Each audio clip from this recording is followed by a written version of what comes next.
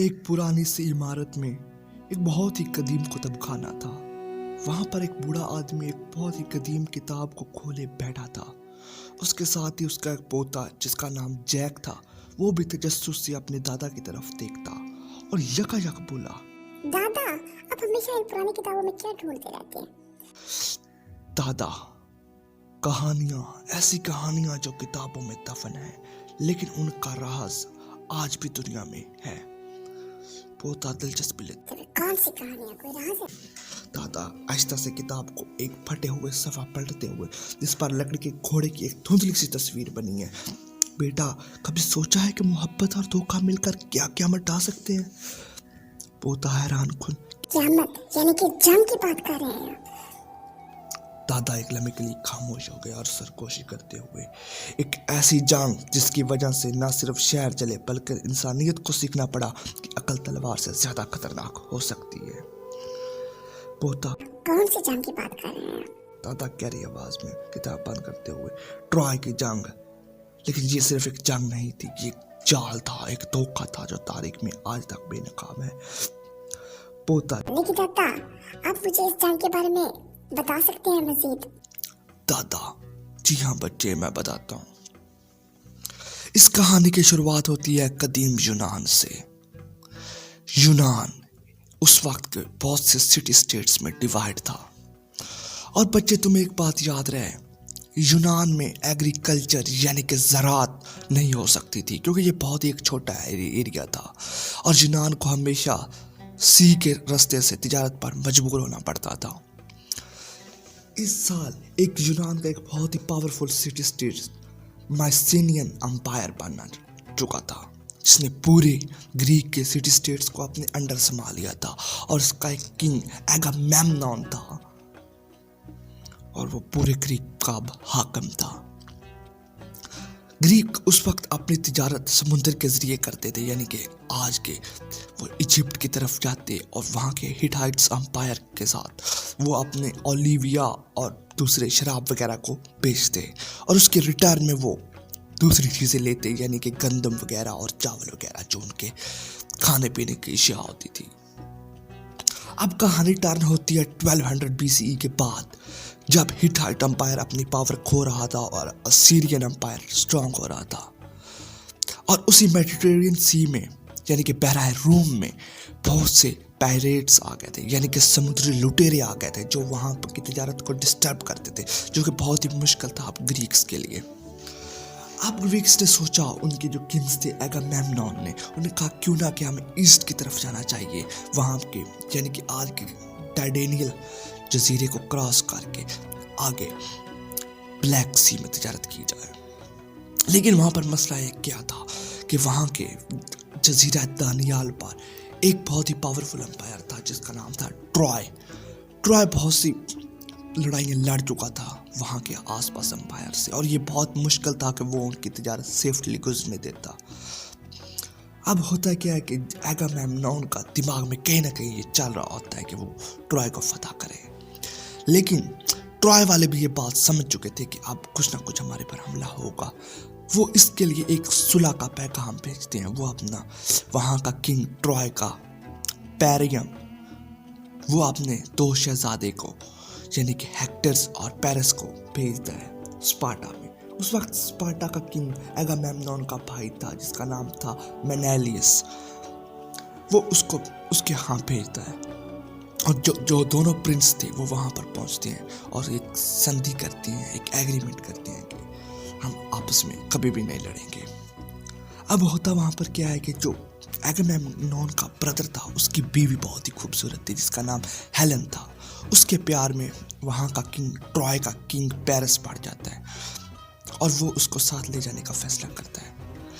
अब वो जब वापस आते हैं वो छुपा कर हेलन को भी अपने जहाज में यानी कि अपने बहरी जहाज में साथ ले आता है। अब जब वो वापस जाते हैं पहुंचते हैं ट्रॉय में वो अपने बाप को यानी कि प्राइम को बताता है पेरिस कि मैंने हेलन को साथ लेकर आया हूँ, मैं इससे प्यार करता हूँ। लेकिन प्राइम कहता नहीं, तुम हेलन को वापस करो।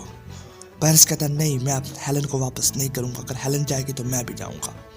इतने में ये खबर पूरे ग्रीक में फैल चुकी होती है कि ट्रॉय का किंग हमारी क्वींस को ले गया और वहाँ के लोग जंग के लिए अब तैयार थे कि हम अब ट्रॉय पर हमला करना चाहिए। और एगामेम्नॉन भी यही चाहता था कि ट्रॉय को कैप्चर किया जाए। अब एक फॉर्मेलिटी के तौर पर जो एगामेम्नॉन होता है वो एक लेटर भेजता है ट्रॉय को कि आप हेलेन और उसके जो किडनैपर है पेरिस को हमारे हवाले कर दें। प्राइम साफ इनकार कर देता है। वो कहता है कि नहीं, मुझे पता है कि अगर मैं अपने बेटे पेरिस को भेजूंगा तो वो उसको भी कत्ल कर देगा। और रही बात हमले की, हाँ, एगामेम्नॉन हमला तो फिर भी करेगा ट्रॉय पर, क्योंकि उसकी नज़र यहाँ के स्ट्रेट पर है, स्ट्रेट फास्फोरस पर। तो अब जंग की तैयारी दोनों तरफ शुरू हो जाती है।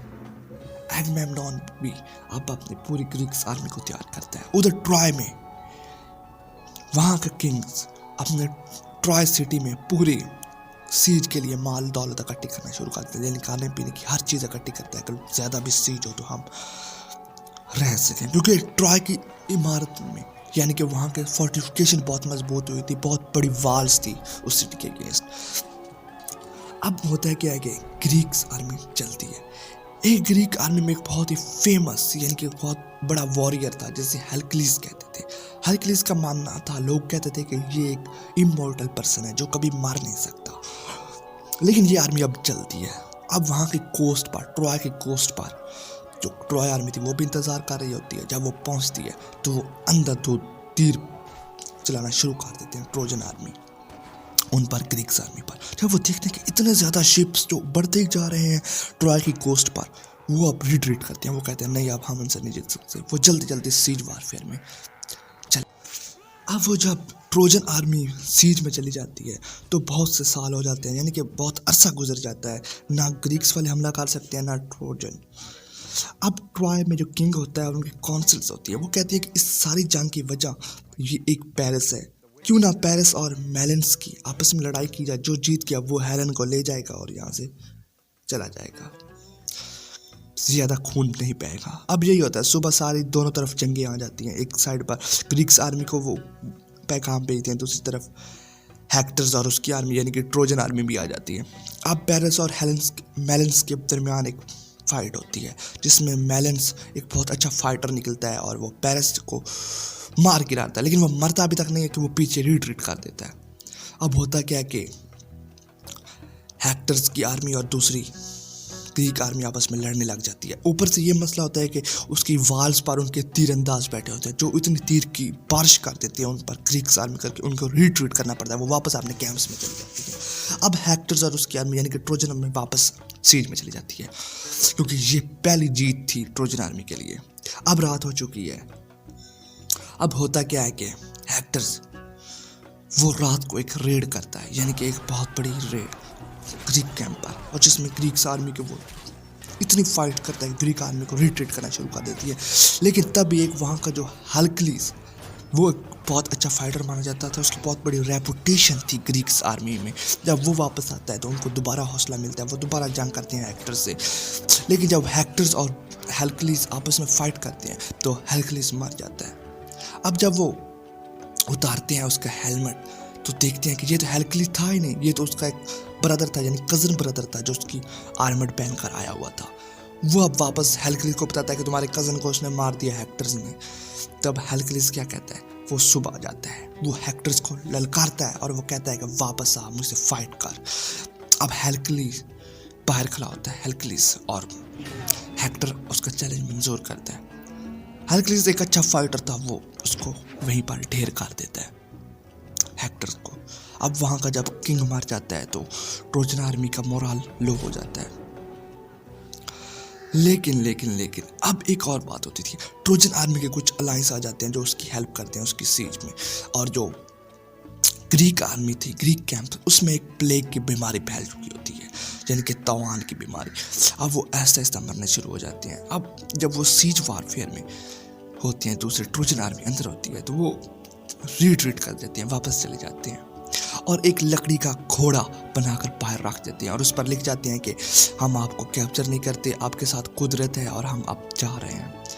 ये एक प्लान था, वो मैं बताता हूँ आगे। जैक, यही धोखा की जंग थी, यही एक वार ऑफ डिसेप्शन है। क्योंकि वो कहते हैं कि अगर आप अपने दुश्मन के तोहम परस्ती यानी कि सुपरस्टिशनरी को जानते हैं तो आपका दुश्मन उसको एक्सप्लॉइट जरूर करता है। अब ये सुपरस्टिशनरी थी उन ट्रोजन्स की, क्योंकि वो इस हार्स की बहुत रिस्पेक्ट करते थे, इस घोड़े की। वो कहते थे कि ये घोड़ा हमारी एक फेथ की निशानी है। वो जब देखते हैं कि इतना बड़ा लकड़ी का घोड़ा, ट्रोजन आर्मी इसको अंदर ले जाती है। बहुत से ऑपोजिशंस होते हैं जो कहते हैं कि नहीं, हमें इस घोड़े के अंदर नहीं ले जाना चाहिए, ये दुश्मन की कुछ चाल हो सकती है। लेकिन वो कहते हैं, ट्रोजन आर्मी कहती है नहीं, ये चाल नहीं हो सकती, इसकी हम बहुत रिस्पेक्ट करते हैं और हम इसे बाहर नहीं ले जाते। वो ट्रोजन सिटी के अंदर इस घोड़े को ले जाते हैं। लेकिन ट्विस्ट तब शुरू होता है जब रात होती है और उसके अंदर से ग्रीक आर्मी बाहर निकलना शुरू हो जाती है और वो पूरे ट्रॉय के सिटी के अंदर घुस जाती है और मेन गेट भी खोल देती है। अब जब ट्रोजन आर्मी रात को आराम कर रही होती है, वो पूरा उस पर हमला कर देती है और वो ट्रोजन आर्मी को फना कर देती है। लेकिन जो पेरिस होता है वो एक एरो फेंकता है हेरक्लिस की तरफ और वो अपने भाई का बदला ले लेता है। और इसके बाद लेकिन दूसरी जो आर्मी थी, जो ग्रीक्स आ चुकी थी, वो अब वहाँ के लोगों को फना कर देती है। कितना ब्लड शेड होता है वहाँ के, ट्रॉय सिटी पूरा तबाह हो जाता है और एगामेम्नोन ये सिटी जीत जाता है।